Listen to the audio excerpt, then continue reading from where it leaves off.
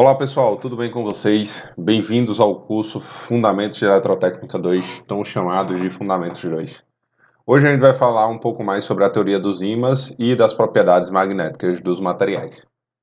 Então, a introdução é que o magnetismo, e por que estudar esse negócio chamado magnetismo, basicamente é porque ele é base para quase tudo na engenharia elétrica e na eletrotécnica. Então, quase todos os equipamentos que a gente tem, ele se baseia nesses princípios que nós vamos começar a estudar nesta disciplina.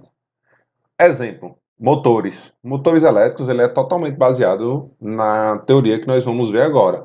E vale salientar que vocês ainda ao longo do curso vão ter máquinas 1, 2 e 3, manutenção e ensaio de máquinas, né? Então, assim, vocês estão muita coisa de máquinas que a gente vai estudar. Por quê? Porque é uma parte extremamente importante quando a gente fala de eletrotécnica. A gente pode destacar também os transformadores, os geradores de energia, disjuntores, e aí vai campainha, galvanômetro analógico, que eram os antigos amperímetros digitais ou multímetros e amperímetros analógicos, hoje já são digitais, microfone, toda essa parte de microfone, alto-falante, sistema de som, parte de ressonância magnética, disco rígido mais antigo, o disco rígido tradicional, não o SSD. Ele é tudo baseado nessa parte, nessa teoria que nós vamos ver ao longo dessa disciplina. Um exemplo aqui, a gente tem uma planta termoelétrica, né? Então aqui a gente vai ter a caldeira, que vai esquentar a água para gerar vapor, né? E aí esse vapor vai vir e vai movimentar uma turbina. Essa turbina vai chegar num gerador, e esse gerador vai gerar energia. Geralmente essa energia, vamos citar um exemplo, 13.800 volts, passa para um transformador que eleva para 230 mil volts. Aí a gente ainda tem bomba de circulação de água, de resfriamento, tem várias coisas, vários motores, num exemplo com uma termoelétrica, que é puramente eletromagnetismo, puramente essa teoria que nós vamos ver ao longo dessa disciplina. Certo? Alguns exemplos, sistema de alto-falante, então a gente vai ter uma bobina aqui que vai gerar uma força, e essa força vai fazer com que esse alto-falante pulse, certo? E essa pulsação, de acordo com a corrente elétrica que vai ter aqui numa bobina, ela vai fazer o som sair mais grave ou menos grave, né? Então aqui a gente tem a espira de voz, né? Um ímã que gera um campo eletromagnético, isso tudo para gerar uma força. E essa força, através de um sistema, ela vai gerar o som. A gente tem a mesma coisa com o microfone é ao contrário, né? A gente tem, quando a gente fala, a gente tem uma onda sonora que vai gerar uma força aqui. E essa onda sonora, ela vai, através do sistema eletromagnético que a gente tem aqui, vai gerar uma corrente que vai poder ser captada. O disco rígido, pessoal, tradicional, quem já abriu, tem uns ímãs aqui muito, muito fortes. Basicamente, ele é a magnetização desse disco aqui para guardar informações. E vocês vão ver por que, quando a gente fala de computador mais antigo, esses computadores com disco rígido tradicional ou HD externos, a gente fala que não pode derrubar, pessoal. A gente vai ver que há uma desorientação magnética aqui e você pode perder informação. Campainha nada mais é do que um sistema de bobinas que vai gerar uma força e essa força vai oscilar aqui de forma que ela vai tocar a campainha e assim por diante. A gente tem todo o sistema hoje de ressonância magnética, né, que é tão importante quando a gente fala de medicina como um todo, tem um tomógrafo, tem várias coisas que se baseiam nessa parte eletromagnética. E, no nosso caso, maior parte de interesse, tanto os motores quanto os transformadores.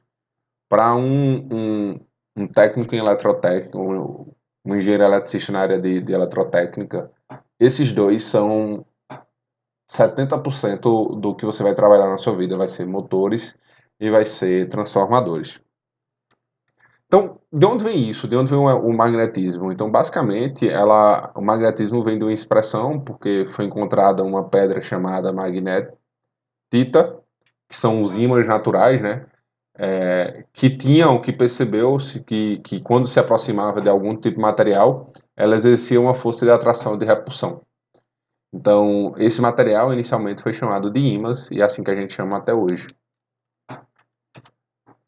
Então, a história, né, há mais de 2000 anos, os gregos já sabiam, né, de certa pedra chamada magnetita, que vinha da região de Magnésia, na Ásia Menor, que atraía pedaços de ferro. E aí uma das grandes mudanças e primeiras aplicações dessas teorias, pessoal, foi quando a China, lá no século II a.C., percebeu que um ímã suspenso, ele sempre vai apontar na direção norte-sul, né, terrestre. E aí se deu a bússola. E aí vocês, lá de história, acho que vocês já devem ter visto, as grandes navegações, elas surgem exatamente com o advento da bússola, na verdade, com a descoberta da bússola pelos europeus. Você tinha uma rota de especiarias e com a bússola para orientação naval, essas excursões navais puderam ser de maiores distâncias. E aí a gente teve uma mudança no mundo, uma das primeiras grandes aplicações do magnetismo. O magnetismo sempre esteve presente nessas mudanças de cultura, porque é um princípio físico e de ciência muito aplicado para mudar a nossa vida. Lá em 1260, Petrus ele percebeu e deu o nome de polos, né? Que percebeu que esse material ele tinha polos magnéticos que ele chamou de polo norte e polo sul. E ele observou que um ímã ele não pode ser separado, seu polo norte e polo sul, né? Então, se você tem um ímãzinho norte e sul, quando você separa ele em dois ímãs menores, você tem um novo norte e um novo sul. E aqui, mesma coisa, um sul e um norte. É o que a gente chama de inseparabilidade dos polos. E aí se percebeu também que polos opostos se atraem e polos semelhantes se repelem. E a gente tem que, quando a gente tem um polo sul próximo de um polo norte, a gente tem uma força de atração. Quando a gente tem um polo sul próximo de um polo sul, um polo norte próximo de um polo norte, a gente tem forças de repulsão. Isso independente da forma do ímã, né? A gente tem ímã aqui em barra e um ímã em forma de ferradura, um ímã em forma de U. Aqui sobre a inseparabilidade do ímã, né, que o ímã não pode ser dividido. Quando dividido, ele dá origem a um novo par de ímãs, né? E assim sucessivamente a gente não consegue ter o polo norte e o polo sul separados em um ímã. Sempre vai existir. Ele é um bipolo magnético, né? A gente nunca, na história da humanidade, nunca conseguiu encontrar um monopolo magnético, que seria só um polo norte ou só um polo sul. Além dos ímãs naturais que foram encontrados aí na natureza, a gente tem os ímãs artificiais, que através de um processo de magnetização, e a gente vai falar um pouco dele, a gente consegue fazer com que materiais que inicialmente eles não tinham essa propriedade de ímã, de ter um polo norte e um polo sul bem definido, elas podem começar a ter. E existem vários materiais para isso, ligas principalmente de cobre, níquel, alumínio, ferro e cobalto. Esses ímãs artificiais eles são mais simples, porque você consegue definir com a propriedade dos materiais, já ligar as ligas e com o campo no qual você consegue induzir esse polo norte e polo sul, a propriedade desse ímã, a força desse ímã e as características desse ímã. Dado que esses ímãs artificiais, muitas vezes, ou quase sempre, eles são muito mais intensos do que os ímãs naturais. Os ímãs artificiais, eles podem ser tanto temporariamente como permanentemente magnetizados. Exemplo de um temporário é o disco rígido que a gente falou. Em alguns momentos eu tenho uma informação, quando eu deleto aquela informação do meu disco rígido, eu estou apagando aquela orientação de norte e sul dele. Então, ele é temporariamente, ele é um ímã. Quando eu mudo a informação ali, ele muda também a informação do material e a característica do material quanto a essas propriedades do ímã, certo? E aí tem diversas teorias que definem como é que eu consigo orientar ou consigo fazer com que o material se torne um material magnético, né? Uma primeira teoria de Weber, ele assumiu que existem substâncias magnéticas, que um material é composto de diversos pequenos ímãs. E aí esses ímãs, quando orientados de forma aleatória, você tem uma resultante aqui que você não consegue ter nenhum polo norte nem um polo sul. Já quando você coloca esse material imerso a um campo eletromagnético intenso, o que é que vai acontecer com esses microímãs? Eles vão se orientar. E nesse momento eu tenho uma orientação em que aqui eu tenho um sul e aqui eu tenho um norte. E nesse momento eu tenho um material que a gente chama de material magnetizado. Beleza, pessoal? E como é que se dá isso? Basicamente, imagine uma barra de ferro que ainda não está magnetizada, está sendo magnetizada, certo?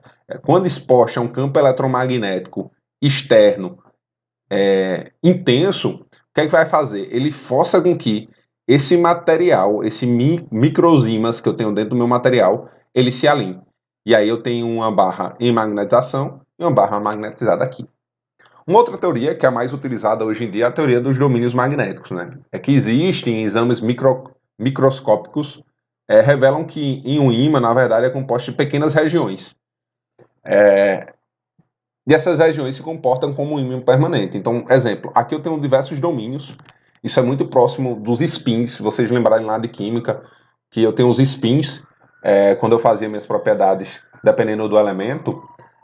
Aqui eu também tenho esses spins, vão fazer com que eu tenha orientações magnéticas ao longo do meu material.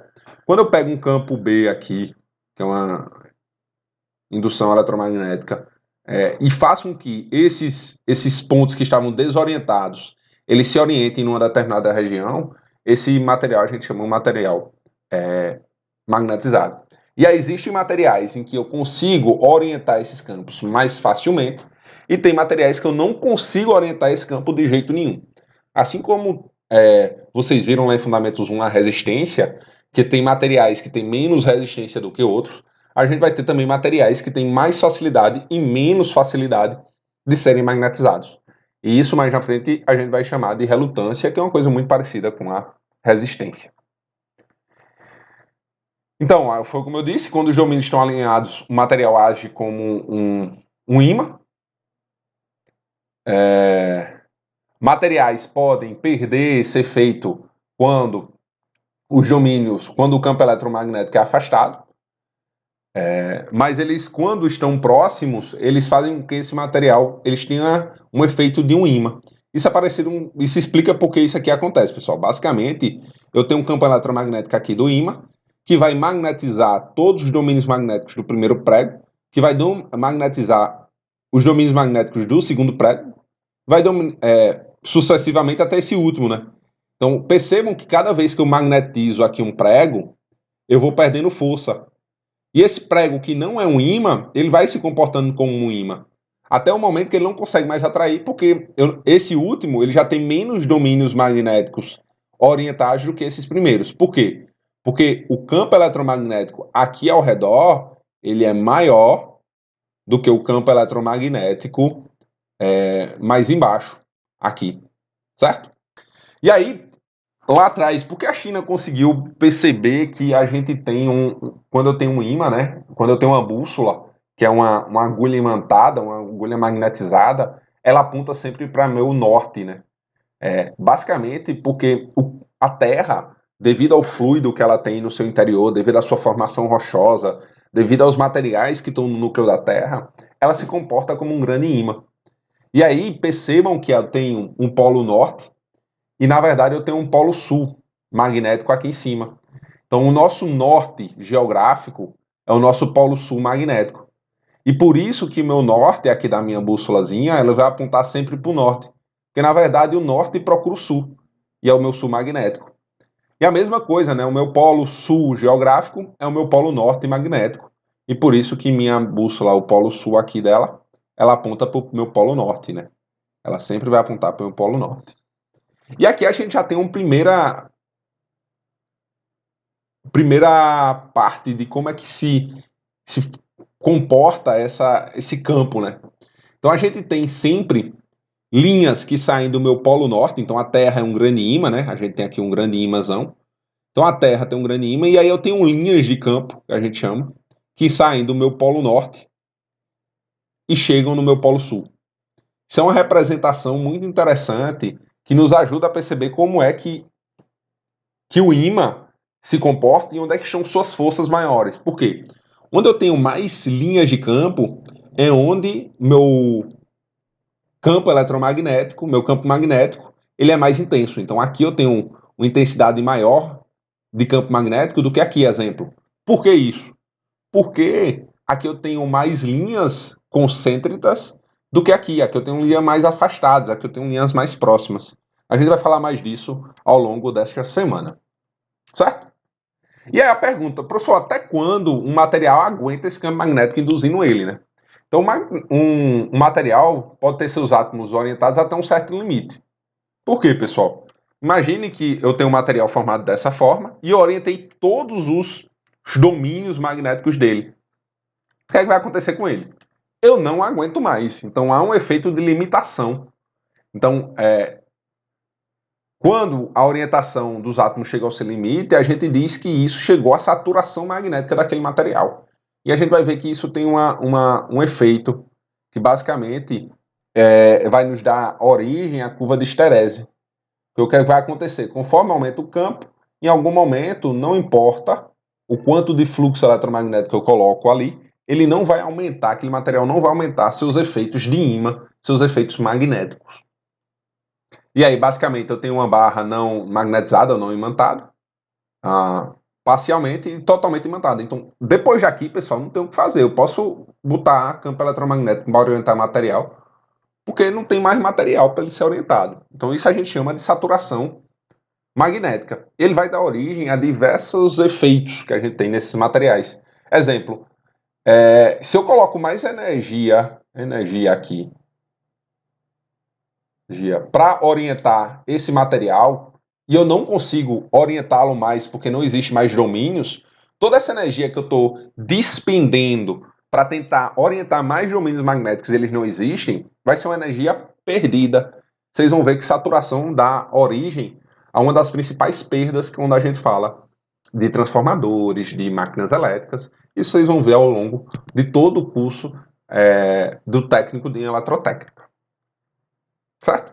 E é uma curiosidade, pessoal. Vários equipamentos, como o trem-bala, ele se comporta devido a efeitos magnéticos. Né?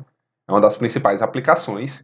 E para isso, eu tenho um vídeo aqui, mas eu vou deixar um vídeo do Manual do Mundo, em que ele mostra como é esse princípio. Ele faz um experimento bem legal.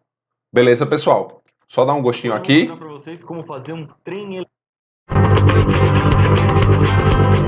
É bem legal para entender como funcionam os trens elétricos de verdade. Aqueles trens tipo